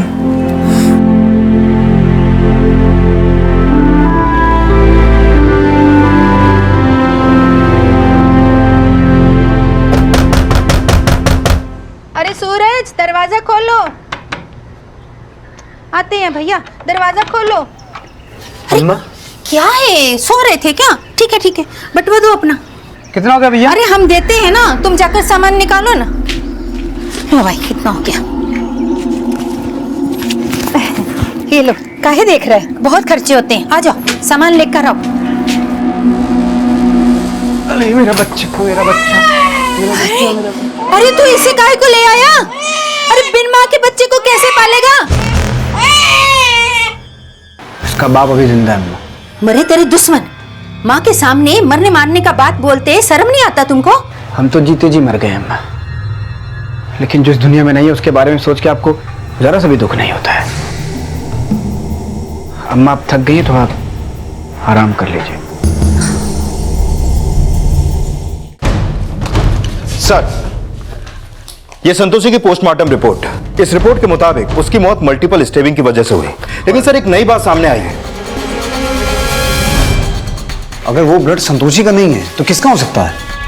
हो सकता है जिसने संतोषी का मर्डर किया हो, ये ब्लड उसी का हो। ऐसा भी तो हो सकता है विवेक कि इस काम में राधे की हेल्प ली गई हो और राधे उसे गणेश नगर चौराहे की बजाय सीधा क्राइम सीन पर ले गया हो। लेकिन सर राधे के बारे में अभी तक जो भी पता चला है उससे तो यही सामने आया है कि ये नारायण का काफी वफादार है और संतोषी को तो अपनी बड़ी बहन की तरह मानता था। लेकिन उनका सगा वाला तो नहीं है ना। हो सकता है राधे को पैसों का लालच देकर विमला और पूजा ने अपने साथ मिला लिया हो। सर संतोषी की कॉल रिकॉर्ड से सर संतोषी का फोन क्राइम सीन पे हत्या के 1 घंटे के बाद बंद हुआ है। संतोषी की कॉल रिकॉर्ड से पता चला है कि जब वो मायके में थी तो उसके फोन पे एक नंबर से कई बार कॉल आया। सर ये नंबर किसी मुकेश सिंह के नाम पर भीमनगर के एड्रेस से रजिस्टर्ड है और ये मुकेश संतोषी को काफी समय से कॉल कर रहा था। और भीमनगर गणेश नगर चौराहे से ज्यादा दूर नहीं है जहां में संतोषी की लाश मिली थी, और गणेश नगर चौराहे पर संतोषी को छोड़ा था राधे ने। विवेक, इस राधे को बुलाओ। हो गया सर। साहब, भले ही संतोषी दीदी हमारी सगी नहीं थी, लेकिन हम उनको सगी से भी ज्यादा मानते थे साहब। हमारी बड़ी दीदी थी साहब। और पूजा और विमला, तो नौकर तो पूरे खानदान का है ना। हो सकता है उन दोनों की बातों में आकर उस दिन तो संतोषी को गणेश नगर नहीं वीरपुर के जंगल ले गया हो जहां उसे मारने वाला पहले से ही मौजूद था। हम ऐसा कुछ भी नहीं किए साहब। पूजा दीदी और विमला मालकिन भी जो कुछ हमको बोलती है सबसे पहले हम साहब को बताते हैं उसके बाद ही उनकी सुनते हैं। उस शाम मालिक ही हमको बोले थे कि संतोषी दीदी को बस अड्डे छोड़ाओ। लेकिन संतोषी को तूने बस अड्डे तो छोड़ा ही नहीं। साहब, दीदी ने बोला वो गणेशपुरा चौराहे से टेम्पो पकड़ के चली जाएंगी। संतोषी उस दिन गणेश नगर चौराहे पर किसी और से मिली थी? हमको कुछ नहीं मालूम साहब, वो हमको वहीं से लौटने बोली थी। एक बात बता, मुकेश सिंह कौन है?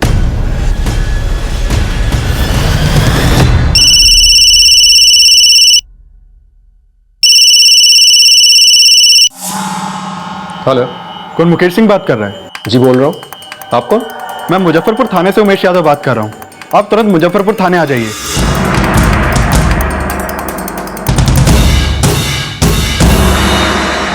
तुम समझ काहे नहीं रहे हो? तू काम धंधा करेगा या इस बच्चे को पालेगा? देखो बेटा, अभी भी समय है, इसको नाना नानी के पास छोड़ आओ। अम्मा आप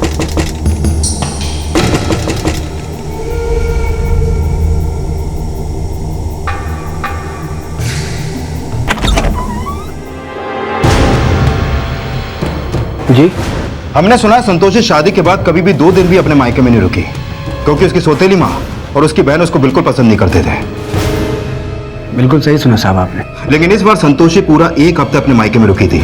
तो क्या इस बार तुम्हारा संतोषी से कोई झगड़ा, कोई मनमुटाव हुआ था? झगड़ा?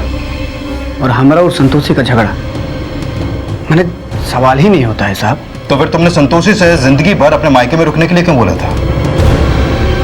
तुमको जो करना है वो करो, मन करे तो सारी जिंदगी के लिए इस घर में बैठ जाओ तो, लेकिन हम तुम्हारे चक्कर में अपनी बेइज्जती नहीं करा सकते।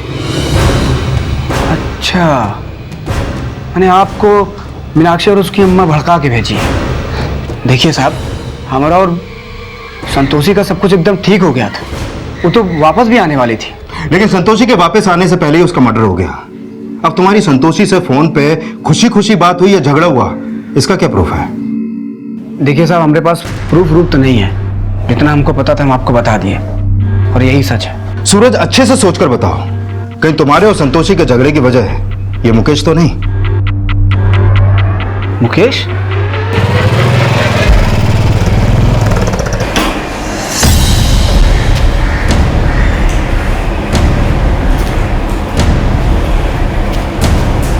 आप इसमें मुकेश को घुसा के मतलब कहना क्या चाहते हैं? मुकेश को तो जानते हो ना तुम?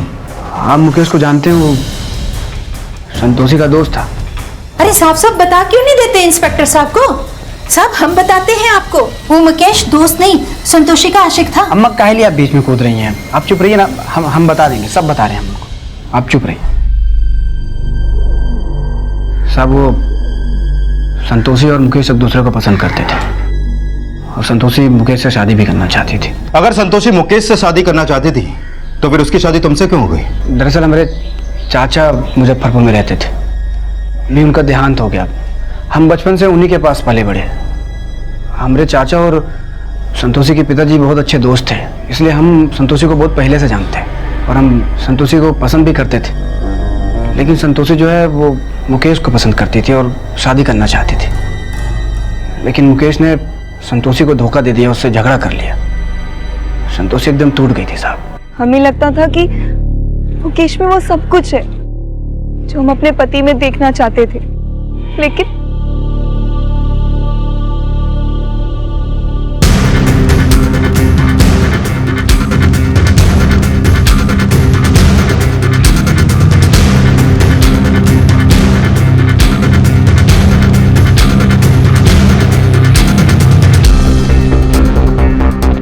सूरज, हमसे शादी करोगे?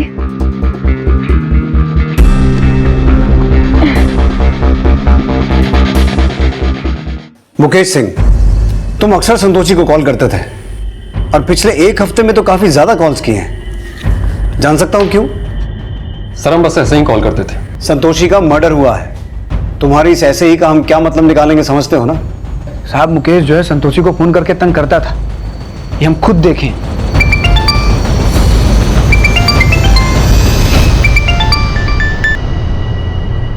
हेलो मुकेश, तुम्हें कितनी बार समझाया, अब हम शादीशुदा हैं। प्लीज ऐसे फोन करके हमें परेशान मत किया करो।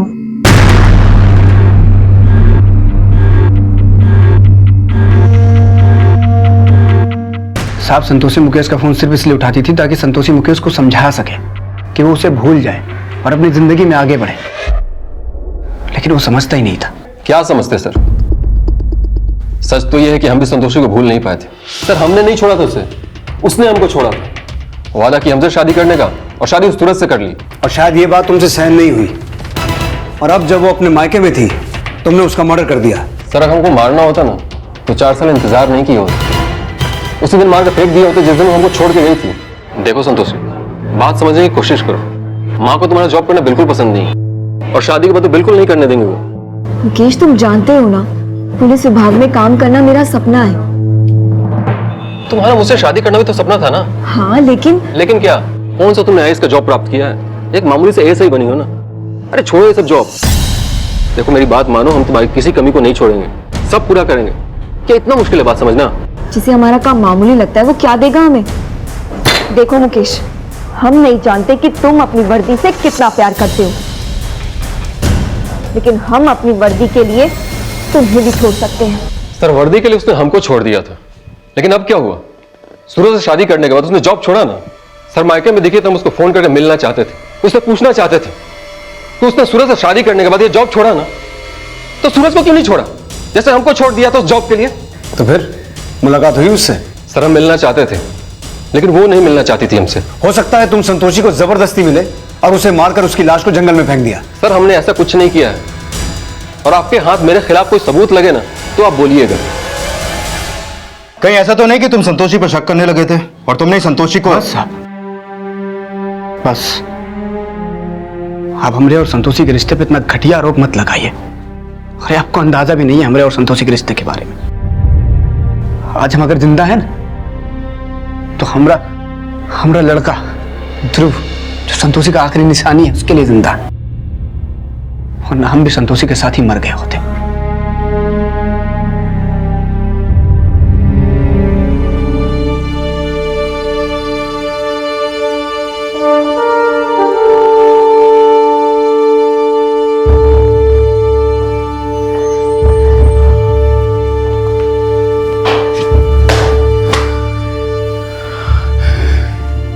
अरे वाह बिटिया, ये पुलिस का कपड़ा में हमारी बिटिया कितनी सुंदर लग रही है।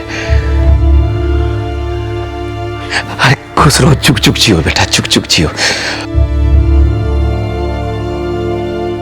और जानते हैं पापा, जब हमने शपथ ली ना, पूरा हॉल में महिला सशक्तिकरण जिंदाबाद का नारा लगा था।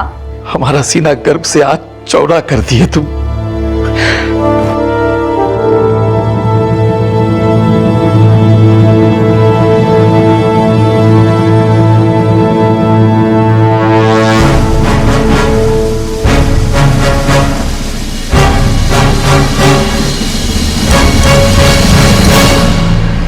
अरे मालिक, क्या हुआ? क्या ढूंढ रहे?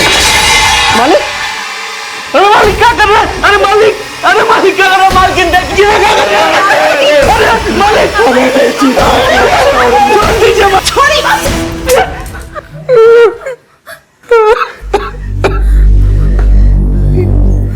हमें नहीं जीना, अपनी बिटिया संतोषी के बिना हम नहीं जीना चाहते। नारायण, ये बच्चों जैसी हरकत क्या है? ये मरने मराने का भूत कहां से सवार हुआ? तुम ये सत्संग में आना बंद मत करो नारायण। अरे सत्संग से ही तो हर दुख से मुक्ति मिलती है। हमारी और कैसों की जिंदगी में का कम दुख था, हम सब की जिंदगी में सत्संग से ही बदलाव आया है। हमें कोई बदलाव नहीं चाहिए, केवल मुक्ति चाहिए हमें, मुक्ति। सर गौरव का परिवार संतोषी की बहन और उसकी मां के खिलाफ तो अभी तक हमें कुछ नहीं मिला, लेकिन संतोषी को मारने में इस मुकेश का मोटिव भी स्ट्रांग है और संतोषी के मर्डर में सूरज का हाथ होने की पॉसिबिलिटीज को भी नकारा नहीं जा सकता सर। लेकिन संतोषी का सूरज की मां के साथ भी रिश्ता अच्छा नहीं था। संतोषी की सास के बारे में भी सारी इंफॉर्मेशन निकालो सर। इन सब पे नजर रखने के साथ साथ हर पॉसिबिलिटी को खंगालो। Okay sir.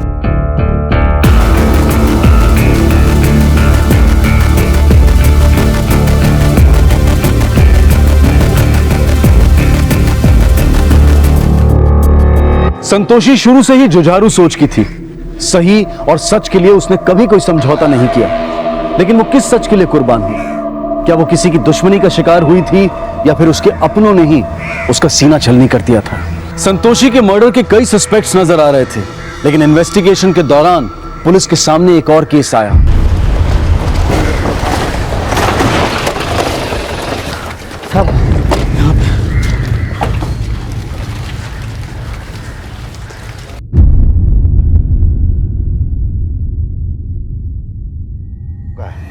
लगता है काफी टाइम से यहाँ पर पड़ा हुआ है।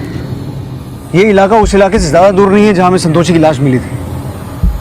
कहीं ऐसा तो नहीं कि इस बच्चे की हत्या का संतोषी की हत्या से कोई कनेक्शन है? पहले आसपास सर्च करो, हो सकता है इसके शरीर के बाकी हिस्से यहीं कहीं आसपास हो।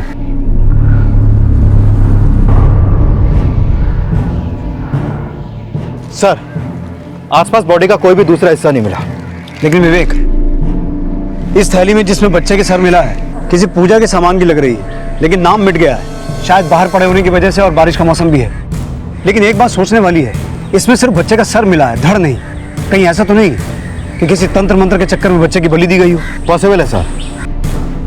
हो सकता है संतोषी को किसी तांत्रिक के बारे में पता चल गया हो, वो तांत्रिक किसी बच्चे की बलि दे रहा हो और उसी तांत्रिक के हाथों संतोषी का मर्डर हो गया हो। अगर संतोषी की हत्या का कनेक्शन इस बच्चे की बलि से होता तो संतोषी की बॉडी के पास हमें उसका बच्चा जिंदा नहीं मिलता। तांत्रिक उसके बच्चे को किसी दूसरे कर्मकांड के लिए उठा के ले गया होता। ये मामला कुछ और है। एक काम करो, बच्चे के कटे हुए सर को फॉरेंसिक जांच के लिए भेजो और ये पता लगाओ कि पूजा के सामान का ये थैला किस दुकान का है। Okay sir.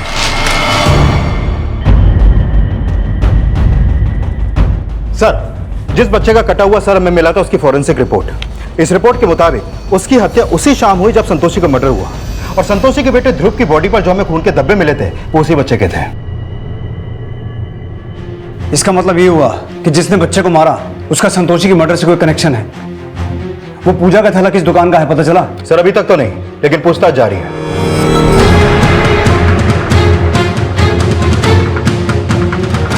हाँ सर, ये हमारी ही दुकान का थैला है, लेकिन पंडित तांत्रिक हमारे यहाँ से तो सभी लोग सामान लेके जाते हैं। अब कब कौन क्या ले गया ये कैसे बता सकते हैं?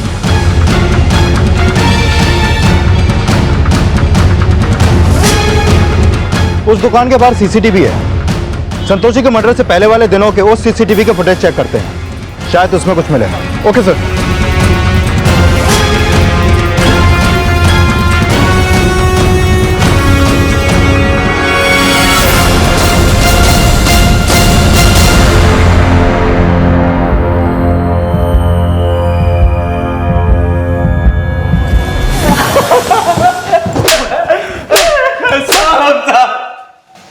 हम तो पूजा का सामान खरीदे थे साहब, कोई क्राइम नहीं किए।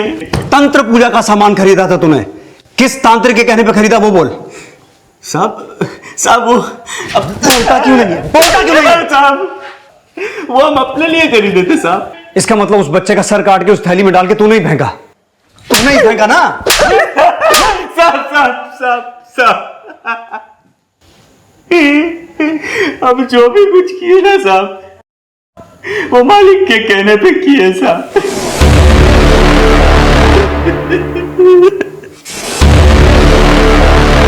अरे रुक, सर कहानी क्या कर रहे हैं सर?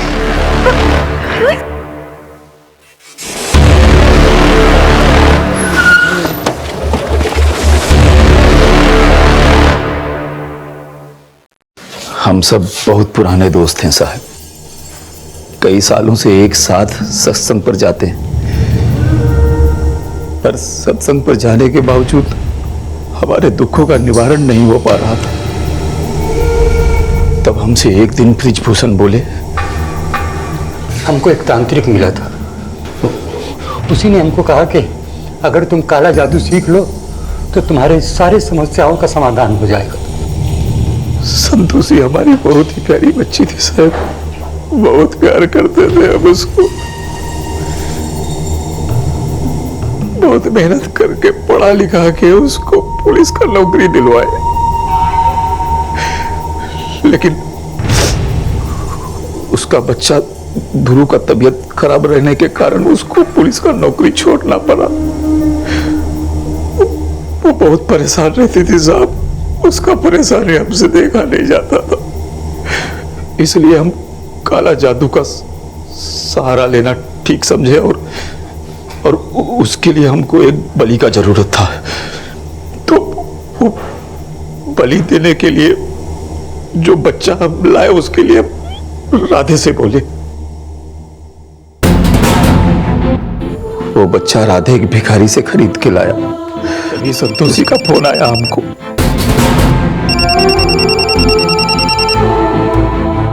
हेलो दीदी, हम बोल रहे राधे, मालिक सत्संग में, इसीलिए हम फोन उठाए। ध्रुव कहाँ है? ध्रुव तो मालिक के पास है। जैसे ही सत्संग खत्म होगा हम ध्रुव को लेके आ जाएंगे, ठीक है?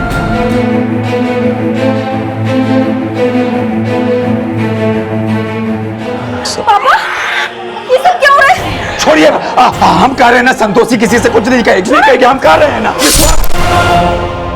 संतोषी को कभी गलत बर्दाश्त नहीं था साहब, इसलिए हम सबको लगा कि अगर वो वहां से सही सलामत निकल गई तो हम सब फंस जाएंगे, और फिर ध्रुव जिसके लिए हमने इतना सब कर्म कांड किया वो सब बेकार हो जाता साहब। इसके लिए हम खामोश हो गए। और वो बच्चे का सर हम उसी थैला में डाल दिया जो राधे तंत्र पूजा के लिए लाया था, और बच्चे का शरीर को जमीन में दफना दिया। संतोषी का भी शरीर को जंगल में ले जाके ठिकाने लगा दिया सर। ये सब करके हासिल क्या हुआ? जिस बच्चे की सलामती के लिए सारा कर्म कांड किया, उसी से उसकी मां को छीन लिया और उस गरीब मासूम की भी जान ले ली। बुजुर्गों को हम अपना मार्गदर्शक समझते हैं, लेकिन अगर उनकी सोच और समझ दिशाहीन हो जाए तो इसका असर बेहद विनाशकारी हो सकता है। संतोषी की हत्या के जिम्मेदार उसके पिता नारायण और उनके साथी ब्रिजभूषण, केशव और अमृतराज तो हैं ही, लेकिन दोषी वो मां भी है जिसने चंद पैसों के लिए अपने बच्चे को बेच देना भी ठीक समझा। दोषी वो राधे भी है जिसने अपने मालिक के अपराध में उनका साथ देना भी अपनी वफादारी समझने की भूल की। जो आस्था परोपकार की बजाय स्वार्थ का पाठ पढ़ाती हो, वो सिर्फ अंधविश्वास को ही बढ़ावा दे सकती है। और एक बच्चे की सलामती के लिए दूसरे की बलि चढ़ाना धर्म नहीं, अपराध है। और जहां अपराध होता है वहां धर्म का कभी कोई स्थान हो ही नहीं सकता। इसी विचार के साथ अब मैं अनूप सोनी आपसे विदा लेता हूं। फिर मुलाकात होगी अगले एपिसोड में एक और चौंका देने वाले केस के साथ। तब तक अपना और अपने परिवार का ख्याल रखें और देखते रहें क्राइम पेट्रोल डायल 100। सबक एक को सीख हम सबको। जय हिंद। इस तरह के और भी एपिसोड देखने के लिए हमारे चैनल को सब्सक्राइब करें और बेल आइकन दबाना ना भूलें।